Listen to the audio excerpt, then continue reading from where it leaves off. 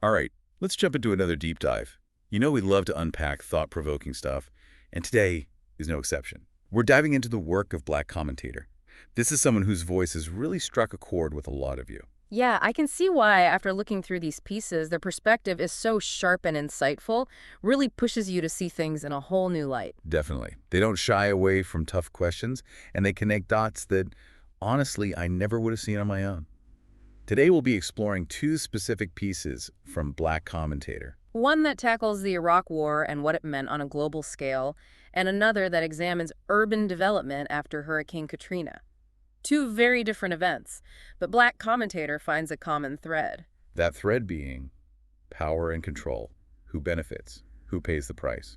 Right from the start, Black commentator cuts through the surface and gets to those deeper questions. Exactly, and that's where their piece, Bush and Katrina, They Have Reached Too Far, comes in, published in March 2003, right as the Iraq War was getting underway. It's a powerful critique of the Bush administration's reasons for going to war. It goes beyond just questioning those reasons, though, right? Black commentator actually predicts some pretty serious consequences. They're not just saying, hey, this war is a bad idea. They're saying it's part of something much bigger and much more disturbing. You've hit the nail on the head. Black commentator argues that the Iraq War, at its core, was a power grab, motivated by, first and foremost, you guessed it, oil.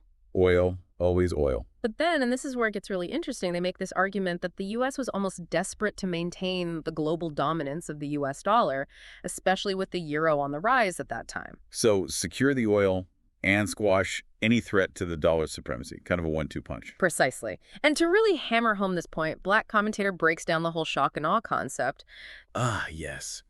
Shock and awe. The military doctrine of those early days of the war. Just a tactic. Right. Well, Black commentator sees it as way more than a tactic. They argue it was about psychologically dominating the entire world, instilling fear and guaranteeing obedience. Well, that's a chilling way to look at it. It wasn't just about winning the war on the ground. It was about breaking everyone else's will in the process. Exactly. And what's more, Black commentator predicts that this whole strategy, this reliance on brute force, is going to backfire. You mean actually weaken the U.S. position in the world, create more resistance? Exactly. They argue that trying to dominate through pure military might will actually trigger the U.S.'s own decline. They even pointed out how foreign investment was already starting to shift away from the dollar and towards the euro, even before the war started. Wow, that's pretty insightful, especially considering we're here in 2025, looking back on all this from the future. It really makes you think about how those predictions from back in 2003 are holding up. What do you think? Does Black commentator's analysis resonate with what you've seen unfold? It's a question worth pondering for sure. I mean, we can't say for certain that everything Black commentator laid out came to pass exactly as they predicted.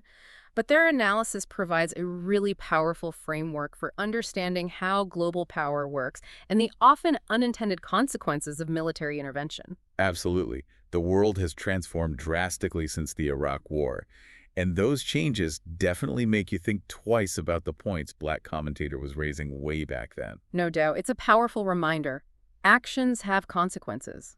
Sometimes those consequences ripple outwards in ways we never could have imagined. And Black commentator suggests, in this case, those consequences could be especially damaging to the very power structure the war was meant to uphold. All right, so let's shift gears now to our second piece from Black commentator. No Black Plan for the Cities, despite the lesson of Katrina. This one was published in May 2007, a couple years after Hurricane Katrina devastated New Orleans. This piece really digs into the aftermath of Katrina and how the government responded, or, maybe didn't respond would be a better way to put it. What's striking is how Black commentator argues that the inadequate response wasn't just a matter of incompetence. Oh, they're suggesting it was something more than that. They actually suggest it was deliberate. Black commentator calls it a strategy of Black removal.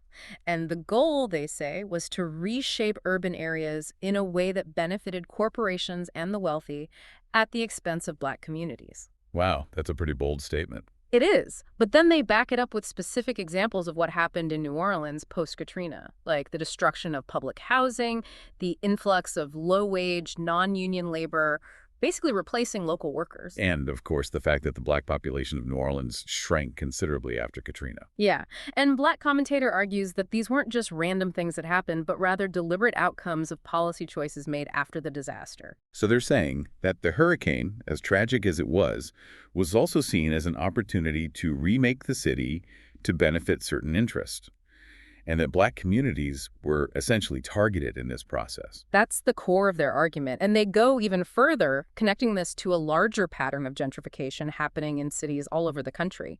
They point to places like New York, Chicago, D.C. as examples, saying what happened in New Orleans wasn't unique, but part of a broader trend of displacement aimed at black communities. This black removal, as they call it, it's not just some abstract concept. They're suggesting there are actual policies and practices in place to push black residents out of these cities. What are some of the things they point to specifically? Well, they highlight the role of government policies that seem to prioritize corporate interests in real estate development over the needs of people who already live there. Things like zoning changes that pave the way for luxury high-rises, tax breaks for developers, the underfunding of essential public services in black neighborhoods. All of these things make it harder and harder for black residents to stay in their communities. So they're not just saying this is happening by accident. It's a deliberate strategy, they argue, to reshape cities in a way that benefits the wealthy and powerful. That's right. Black commentator sees this black removal as part of a larger system designed to maintain the existing hierarchies and keep economic inequalities in place. So what do they propose should be done about it? Do they offer solutions, or are they just pointing out the problem? Because, listening in, you're probably wondering, what can I actually do to push back against this kind of displacement? Well, that's where their call to action comes in. And this is a really key part of Black commentators' work. They argue that Black communities need to develop their own strategies for urban planning, their own visions for what their cities should look like. So it's about taking control of their own destinies, shaping their communities, not just reacting to what's happening around them. Exactly. Black commentator argues that without a proactive, organized effort, these communities will continue to be displaced and marginalized by these powerful forces pushing for corporate-driven development.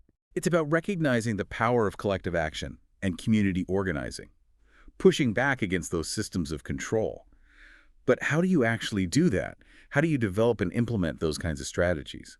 Well, Black commentator points to some examples of community-led initiatives that are already out there. Things like building strong community organizations to advocate for residents' needs, developing alternative housing models that focus on affordability and community ownership, and pushing for policies that protect tenants' rights and promote more equitable development. So it's not just about complaining. It's about coming up with concrete solutions and organizing to make them happen. Yeah, exactly. And they stress how important it is for these solutions to be rooted in the experiences and needs of Black communities themselves. Top-down approaches to urban planning, they argue, often miss the historical and cultural context of Black neighborhoods, and that leads to policies that don't work or even cause harm. It makes sense. A one-size-fits-all approach doesn't work when you're dealing with communities that have faced generations of systemic discrimination. Absolutely, and that's why Black commentator really emphasizes the importance of Black self-determination in this whole process. They say that Black communities need to be leading the charge, shaping their own destinies, rather than waiting for someone else to come in and tell them what their future should look like. It's about reclaiming that agency, that power, saying, we know what's best for our communities and we're going to take charge. Exactly. And I think that's one of the most powerful and lasting elements of Black commentators' work. They offer a vision of hope and possibility, even when things seem really tough. They remind us that change is possible. But it takes a collective effort, a willingness to challenge things, and a commitment to building a better, more just world. Yeah, it's inspiring to hear Black commentator talk about the potential for Black communities, not just to survive, but to thrive. In the face of all this displacement and gentrification, it's about resilience, innovation. It's about taking back their own narratives, writing their own futures. Absolutely. And I think that resonates with so many people, no matter their background, no matter where they live. Because ultimately, Black commentators' work is about something much bigger. It's about power. Who has it? Who benefits?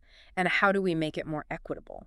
It's striking how much of what they were writing about back then, back in 2003 and 2007, it's still so relevant today. Like, we're seeing those same issues playing out.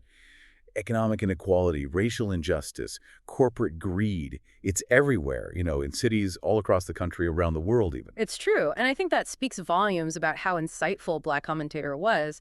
They were able to pinpoint these deep-rooted problems, and they laid it out in a way that still speaks to us today. And they didn't just say, here's the problem. They also gave us a way forward, a call to action that's just as urgent now as it was then. Right. Their work is a constant reminder. We can't just sit around and wait for someone else to fix things. We've got to be active. We've got to shape the world we want to live in.